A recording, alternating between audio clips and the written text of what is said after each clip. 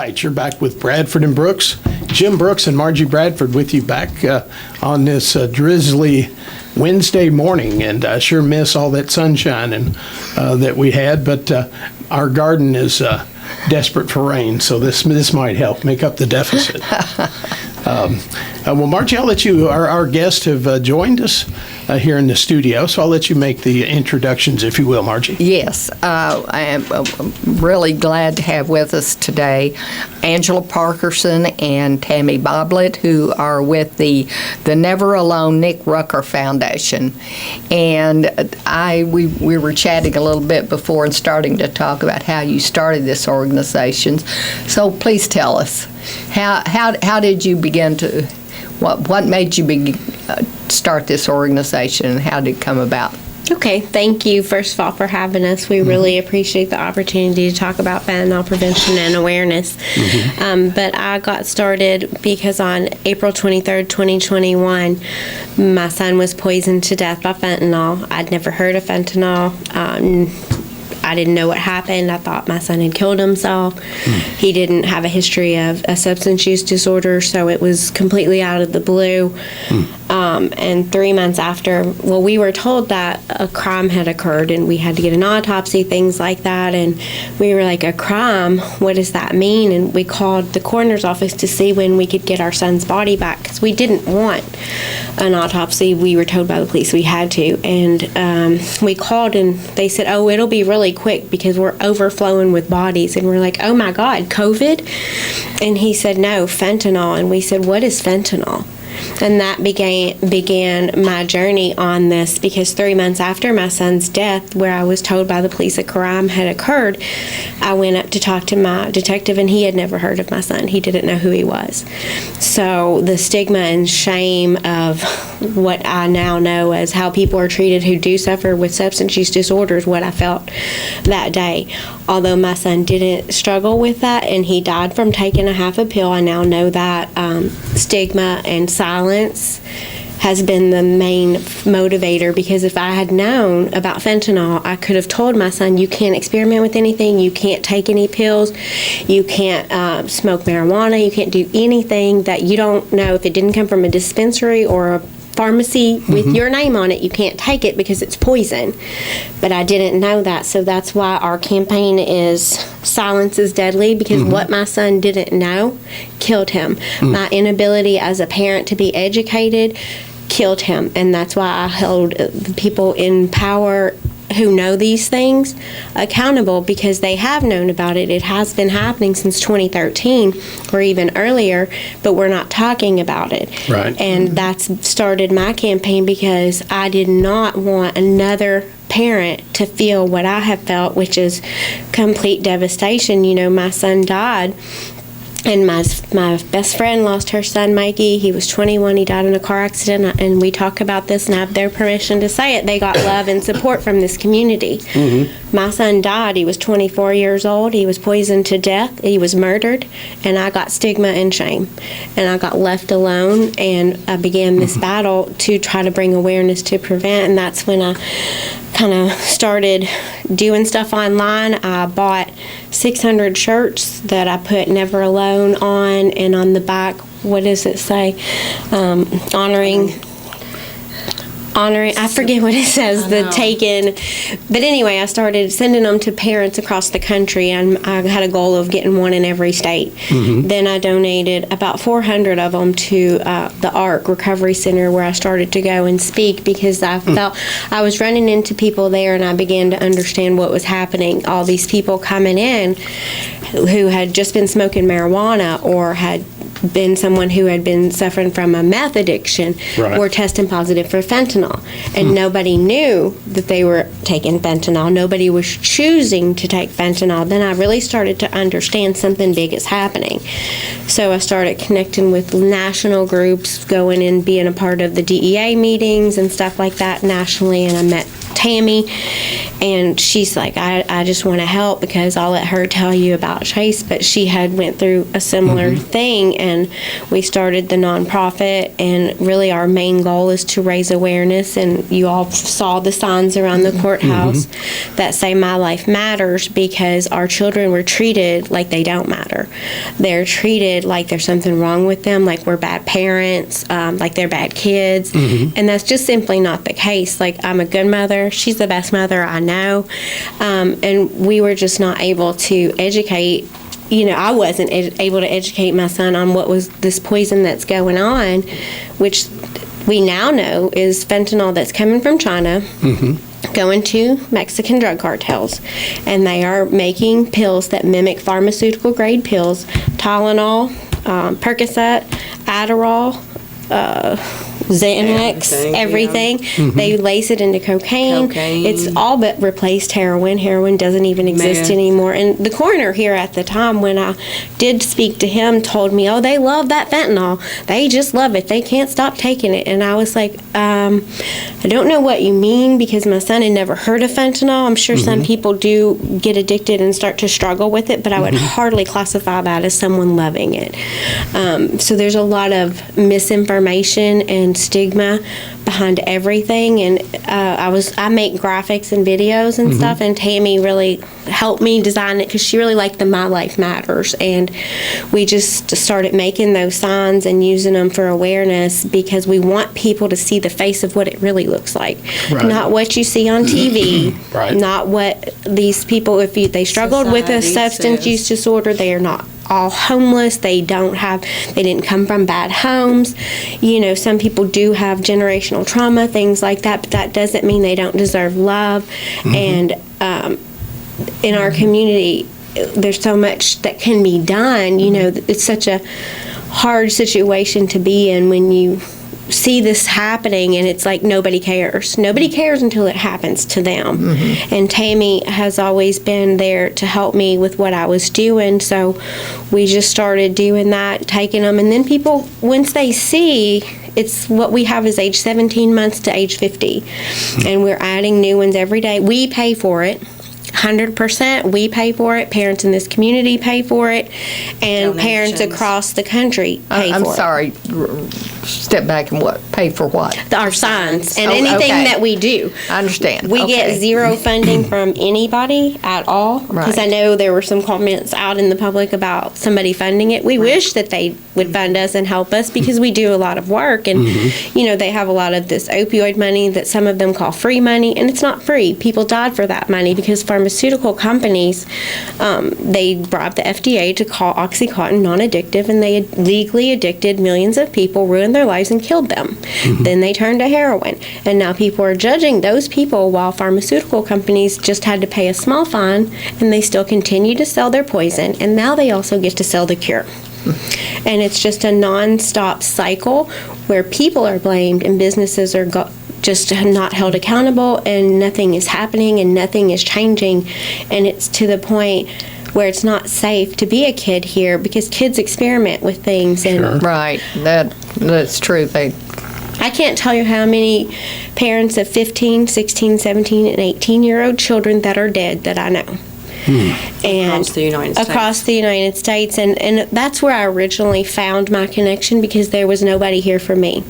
Nobody understood, nobody wanted to talk about it except for Tammy, and so Tammy and I did that, but I connected with people in other states who were adamantly talking about it, letting us know, and they are still like the core part of what we do, because without them we would be alone. And my son struggled with mental health. That's why it's called Never Alone Nick Rucker Foundation, because he felt so alone. He had the best heart of anybody you'd ever want to meet. If you needed something or someone, he was always there.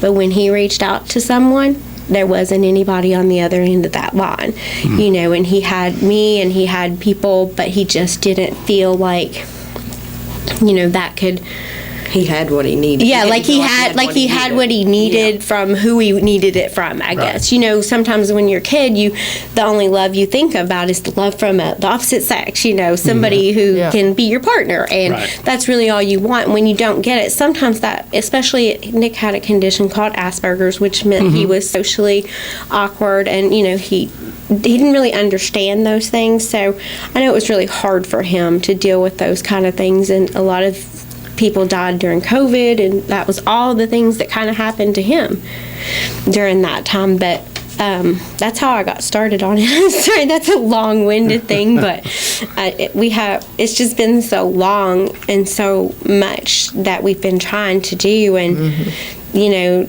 just having the opportunity to even be here and talk about it, because for 2 years I've been begging people in this community to care about my son, not just about my son, but about theirs. And they think that it won't happen to them. Well, so did I. You know, so did I. My son didn't do that either, but he's just as dead. You know, and I don't do this for Nick, and I don't do this for Chase. I do this for everybody out there's kids. Yeah, because there's nothing we can do for our kids. Right. Right. No matter what we do. Well, just to educate people and make them more aware of the fact that you know, it isn't, they aren't lurking on street corners in Louisville trying to lure your child. It's somebody handing it to them and saying, hey, try this. And most of the people are their so-called quote-unquote friends. Some of the signs we had, if you saw them, they say friends don't give friends fentanyl. That's because people are they're selling these pills as legitimate Xanax Exactly. or Percocet. Right. And they are friends, but they know that it has fentanyl, but the person, like my son buying it, didn't know. Right. Her son Chase didn't know that it was in there, you know, and they're lacing marijuana these days, which I don't know if people understand the magnitude of what's happening, because our kids are dead. But everybody who's being exposed to this is now being exposed to a substance 50 to 100 times stronger than heroin. Right. And Tammy can speak to the grips of a heroin addiction, because it is unlike anything, you know, and it's such a hard thing to battle. And now you have children that are being exposed to this through marijuana or vapes. It's in their vapes. They have, when you test them, they'll have fentanyl and methamphetamine in it. And around here, the answer is harm reduction, which I totally agree with harm reduction, and a lot of things is very helpful. But some of the things that they do, I don't necessarily agree with, like the fentanyl test strips. They tell people that's a safe way to test your drugs, and that's simply not true. My son split a half a pill with someone, and if he'd have tested that other half, it could have tested negative, because these are not pharmaceutical grade pills. These are made by Mexican drug cartels with analogs that come directly from China, and it is intentional. China is sending that here to poison Americans, and Mexican drug cartels make billions of dollars off of it. Right. And as we all know here, this community experienced the loss of 5 people in the community, and everybody around here knows you can trace a lot of that right back to Mexican drug cartels. And these kids, in 2021, we lost 24 people here. I want to thank you all for the work you did getting those signs up around the courthouse.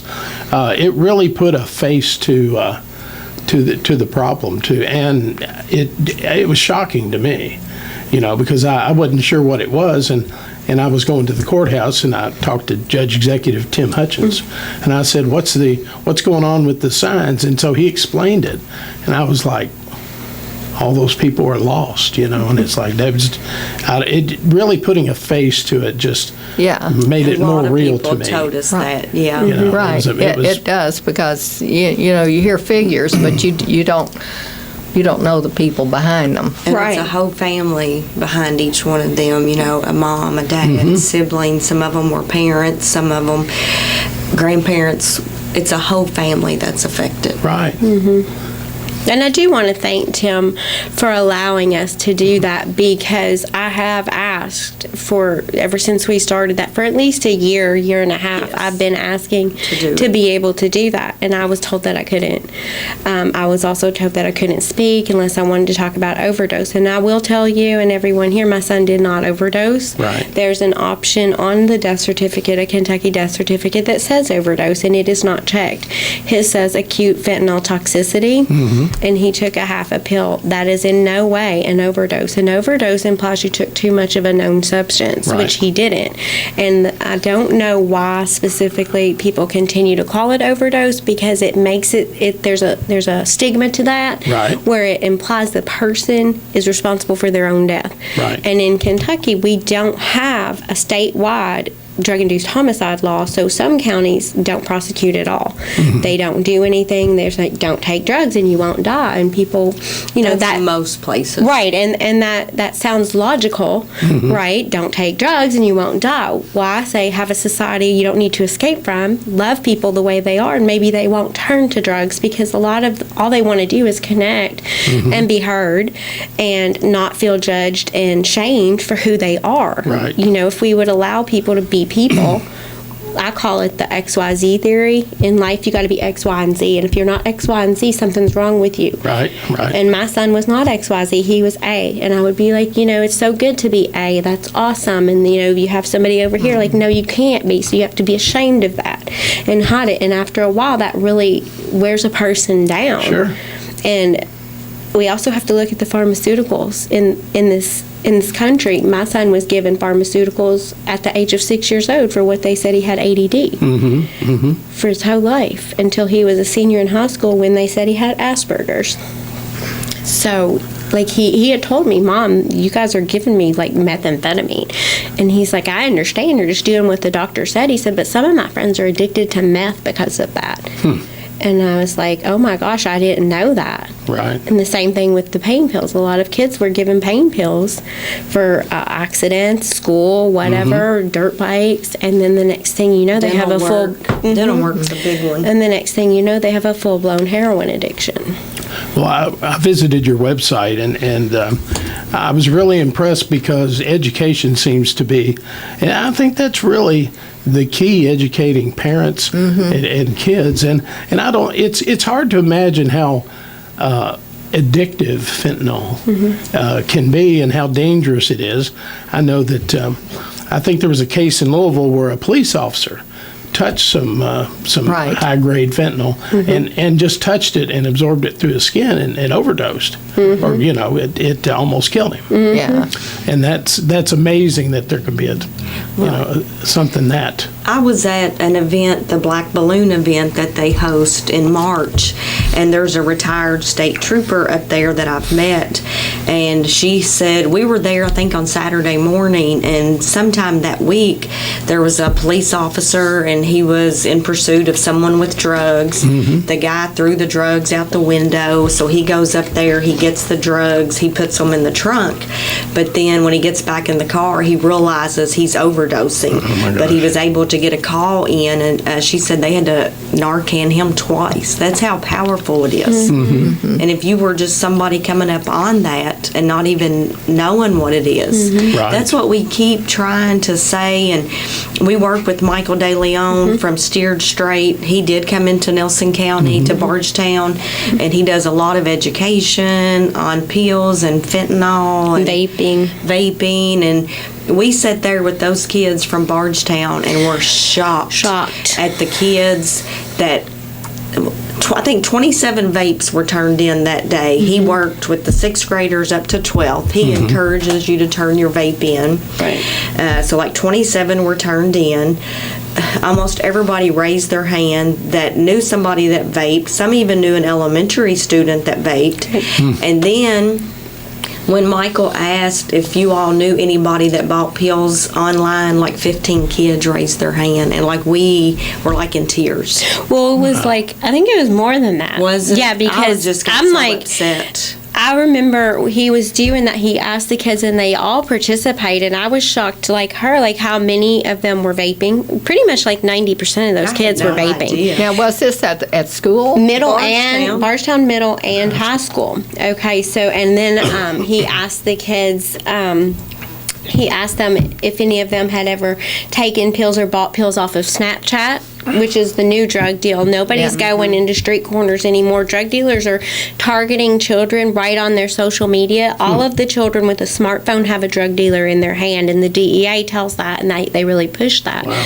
But about 50% of those kids raise their hand, and we do this for, like, our passion. We see a lot of people.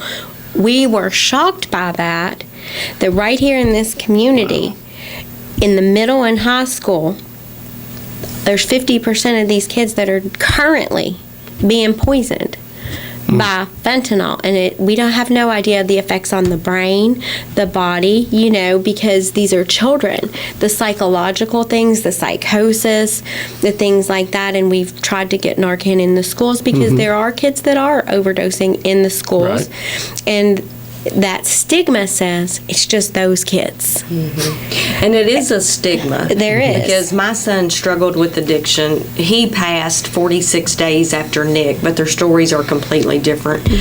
Chase struggled with addiction, and I felt like I was right there with him, like, we're going to get help, we're going to do this. Chase was diagnosed with ADHD in second grade, and you always have that, like you try to be an involved parent and do this and do that. And then I guess Chase was about 20, and he come to me and told me he was addicted to heroin, and I mean it floored me. I had I didn't even know heroin was around. Like, I knew they did it in the 70s. Right. And so then we just got on this journey trying to get him help and do this and do that. And I was like right there with him. And people look at you, you're treated in a way that is terrible, and you can see why they don't reach out for help. But I was just like, you know what? No, we're going to get help. We're going to do this. And then Chase eventually found recovery. He had 15 months sobriety. Wow. And he was having trouble sleeping, which you see that a lot with people struggling with addiction. I was like, you need to go see somebody. He was living in Covington at the time. I said, you need to find a good therapist and also one that can prescribe medicine. Right. He had seen her one time. She wanted to see him twice before she prescribed him anything. And somebody, I know these things now because I got Chase's phone. Somebody had reached out to him. There was somebody in Nelson County that was going to rehab, and she was getting rid of her prescription for Xanax. Chase and another friend from Covington, they drove the 2 hours here and got what they believed to be Xanax. And Chase, I always say, he should not have been seeking out pills, and especially if they weren't his. But he got back, and the coroner told me, he would have died within a couple of minutes, and he died there by himself. And when he didn't get up for work the next day, a roommate had found him, and he'll actually be gone 2 years tomorrow. So it's been a heavy week. And the boy that was with him? The boy that was with him took his at work the next morning, and overdose, fentanyl poisoning, whatever you want to call it, but he was around people, so they were able to Narcan him and save him. And with Chase, they could not have cared any less than what they did. Whenever we went to get all of his stuff out of his apartment, nobody cared. The police, I was like, well, I want a police report. I want this. I want that. And I didn't know if Chase had relapsed. We're back here planning the funeral. I'm hearing different bits and pieces. Chase came to Bardstown, had got some pills, and then I didn't know till I got his toxicology. The only thing in Chase's system was fentanyl.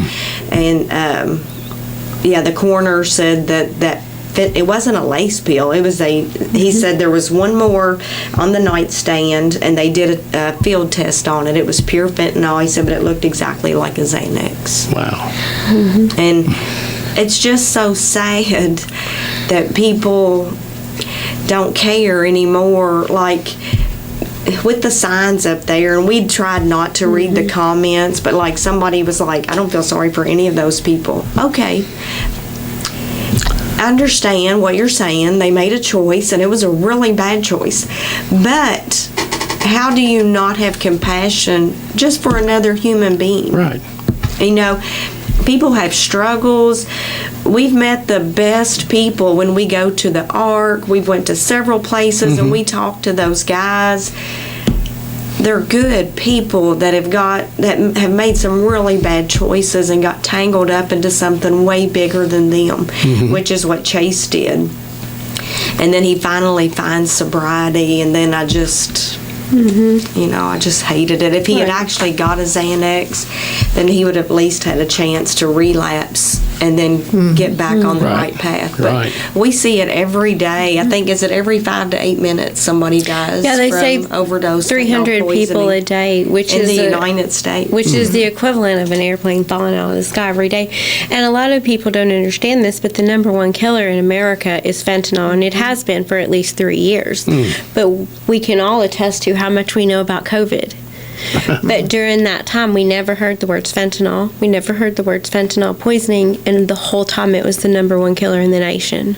And the only reason I know this is because of the work I've done. But Daniel Cameron, our Attorney General, he does a thing fighting fentanyl, and he's finally has all the statistics that I push on everybody, tag everybody on.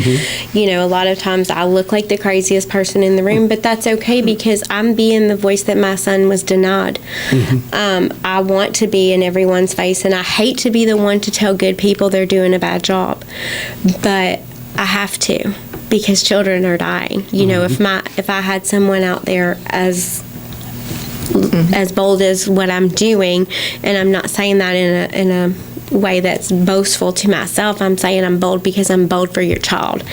You know, no one's bold for mine, but I'm bold for yours because I don't want you in this club of amazing moms that I know and dads. I don't want anyone to have to go through what we did. My son, I don't think he made a bad choice. I think he just made a choice, and if he had taken a half a Percocet, he wouldn't be dead. Right. And, you know, no one deserves to be poisoned to death, and I think that if we really look at that, and people talked about it the way it really was, and we said, fentanyl poisoning, mass murder, mass poisoning is what's the number one killer in this country, we all might look at things a little bit different, you know, and then it becomes political and people do this and that, and at the end of the day, I don't care what you are. It's poisoning, and people are dying intentionally all across the nation. And we went to the DEA and the Kentucky, when Kentucky launched that Kentucky Families Fighting Fentanyl Poisoning.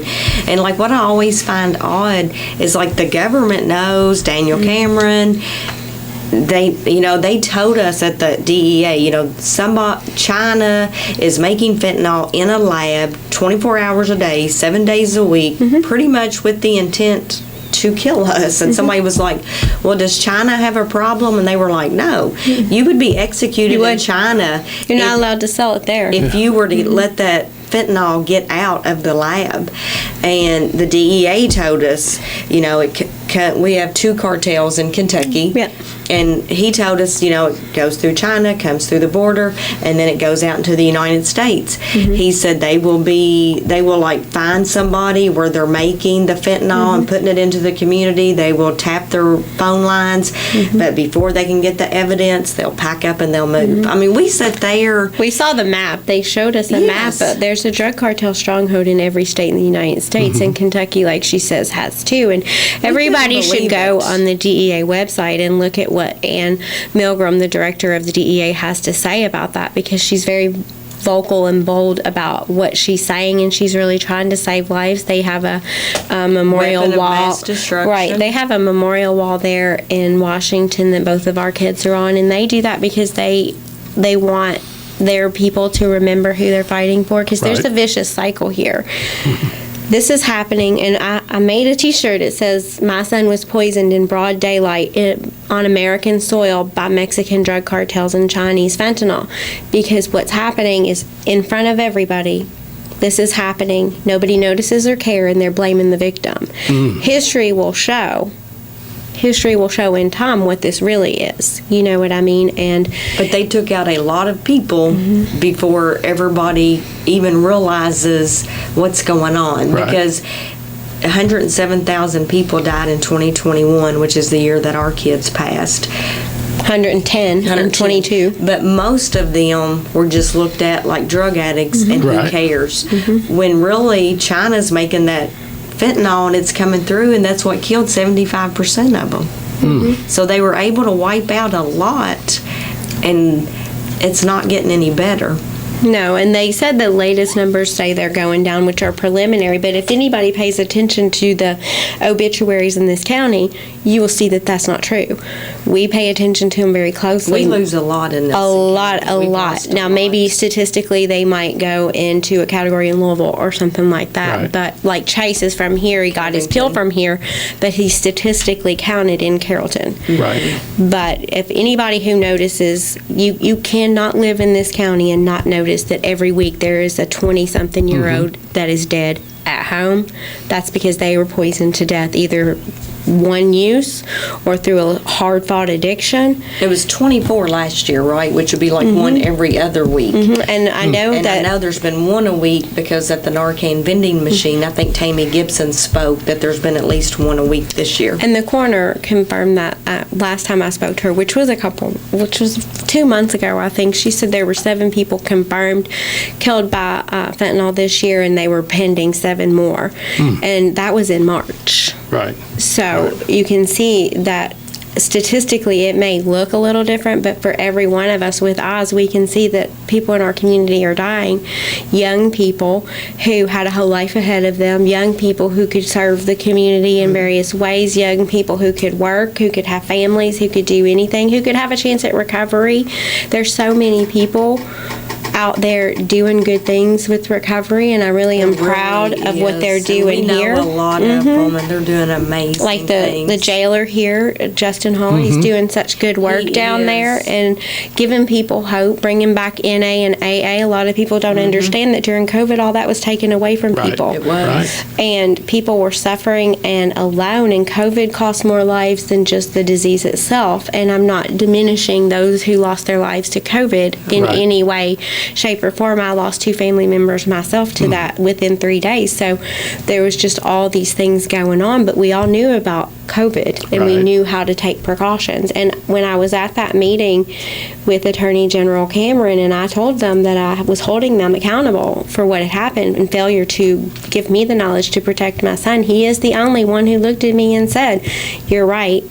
I'm sorry. We have failed your child, and we have failed to educate and to warn people of what is happening." And he said, he said, "No matter what I do, nothing's ever going to make right what you have lost, and I understand that."